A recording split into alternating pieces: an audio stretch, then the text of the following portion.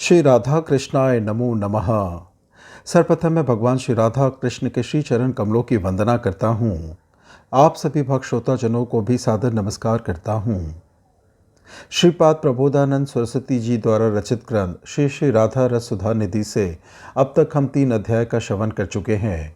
आज हम चौथे अध्याय का श्रवण करेंगे, जिसमें श्री राधिका रानी को रंग निधि की संज्ञा दी गई है। अति ही सुंदर है इसकी व्याख्या, जो इस प्रकार से है। हे श्री राधिके, नागरराज श्री कृष्ण तुम्हारे पैरों में गिरकर मात्र एक आलिंगनोत्सव की प्रार्थना करेंगे।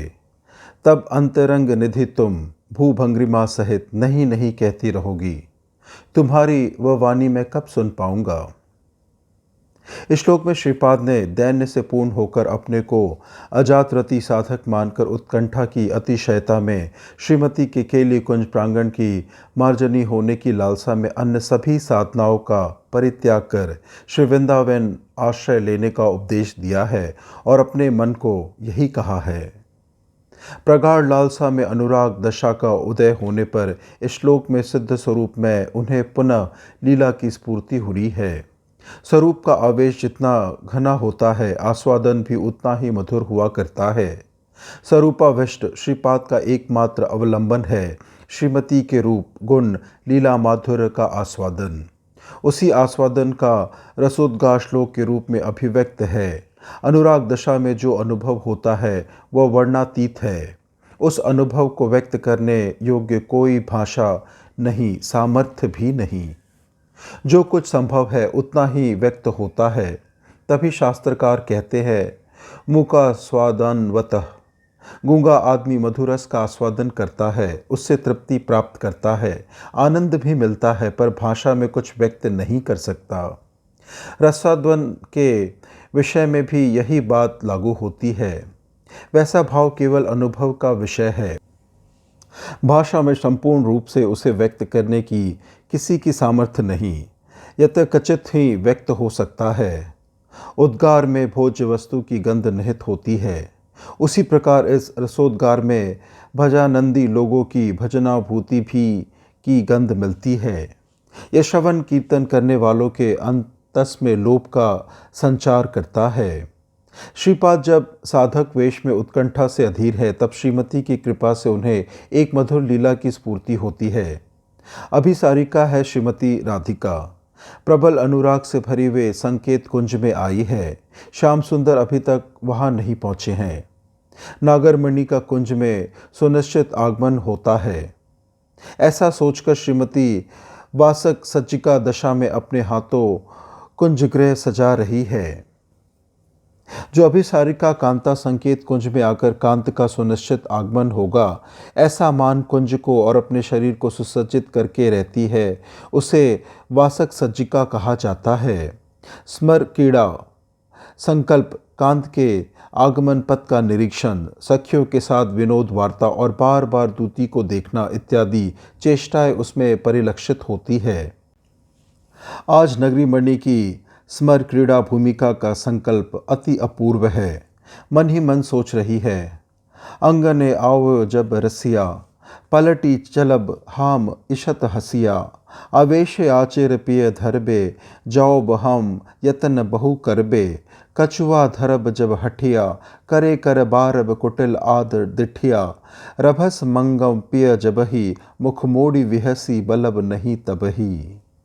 श्रीमती के श्री कृष्ण अनुराग भरे चित्त में इस तरह विविध सरस संकल्पों की तरंगे खेल रही है। किंकरी के रूप में श्रीपाद उनकी सेवा में जुटे हैं। नागरमणि कुंज में आ पहुंचे हैं। उन्हें देखकर श्रीमती वाम्य से भरकर घर की ओर जा रही है।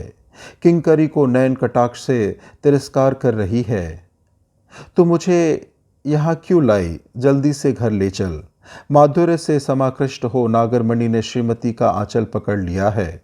श्रीमती साड़ी खींचती कहती है, छोड़ दो, मुझे मत छुओ, मैं कुलबाला हूँ। मुख पर मधुर हंसी की झलक, हंसी कपट क्रोध से युक्त, कैसा अपूर्व माधुर्य छलक रहा है। माधुर्य को देख नागरमणि उत्कंठा से अधीर है। आनंद घन विग्रह श्रीमती से मिलने की उत्कंठा में विवश है। सभी चेष्टाएं महाभाव से निकली है, भाव की मूर्ति में भाव की अभिव्यक्ति, तभी रसिक शेखर की इतनी मुग्धता है। श्रीमद् रूप गोस्वामी पाद ने प्रगवल्लभा नायिका के लक्षण बताते हुए श्री उज्ज्वल नीलमणि ग्रंथ में लिखा है, भूरी भावोद्गमाभिज्ञा रसेनाक्रांत वल्लभा, अर्थात जो भूरी भूरी भावों को व्यक्त करने में अभिज्ञ है और रस द्वारा वल्लभ श्री कृष्ण पर आक्रमण करती है, उसी को प्रगल्भा नायिका कहा जाता है। इस श्लोकांश की व्याख्या में श्रीमद् जीव गोस्वामी पाद ने लोचन रोचनी टीका में लिखा है कि रस द्वारा वल्लभ पर आक्रमण करती है। इस व्यक्ति में रस का अर्थ प्रेम रस ही समझना होगा, कारण एकमात्र प्रेम रस से ही श्री कृष्ण को आकर्षित करना संभव होता है।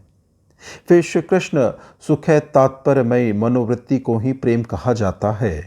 प्रेममयी राधा की सारी चेष्टाएं श्री कृष्ण सुख के लिए ही होती है, अतएव भाव चेष्टाओं का एकमात्र लक्ष्य ही है श्री कृष्ण को सुख पहुंचाना। व्रज सुंदरियों की समर्था रति के लक्षण बताते हुए श्रीमद् रूप गोस्वामी पाद लिखते हैं, व्रज सुंदरियों की बुद्धिपूर्वक अथवा अबुद्धिपूर्वक की गई काय मनोवाक्य की सभी चेष्टाएं श्री कृष्ण सुख के लिए ही प्रकाशित होती है। अतएव व्रज सुंदरियों की मुकुटमणि श्री राधा की सभी प्रेममय चेष्टाएं श्री कृष्ण सुख के लिए कल्पित होती है। इतना कहना ही यथेष्ट है। नागरमणि श्री कृष्ण राधा की भाव माधुरी से विवश होकर अधीर प्राणों से श्री चरणों में गिरकर मात्र एक आलिंगन उत्सव की प्रार्थना कर रहे हैं। कांत द्वारा प्रथित आलिंगन सुख के अनुभव से श्रीमती की चित्तवे में विपुल रसमय भावों का उदय हुआ है। आंखों में मुख पर उस भाव की ही चमक है, पर वाम्य स्वभाव के वशीभूत होकर पीछे मुड़कर भूभंगिमा के साथ नहीं नहीं कह रही है। भ्रूभंगिमा के माधुर्य पर नागर मुग्ध है। श्रीमती प्राणवल्लभ को भाव माधुर्य से मुक्त कर अनिर्वचनीय आस्वादन प्रदान कर रही है। रसशास्त्र में इसे कुट्टमित अलंकार कहा गया है।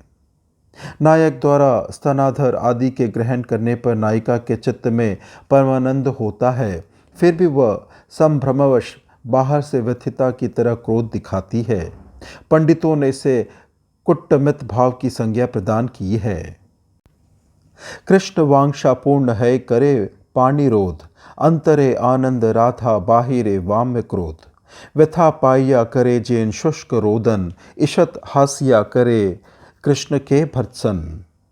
जिन लोगों का वैमुख्य ही प्राकृत अभिमुख है, निषेध ही अनुमति दान है, मौन ही प्रत्युत्तर है, उन नवांगनाओं की सभी चेष्टाएं अभिनव है। किंकरी देख रही है कि रंगनिधि अर्थात कौतुक की सिंधु स्वरूपा श्री राधा आलिंगन प्रदान करने के लिए मन में परम उत्सुक होते हुए भी बाहर से नहीं नहीं कह रही है। अब नहीं के भीतर ना नहीं मानो हाँ ने ना को ग्रस लिया है।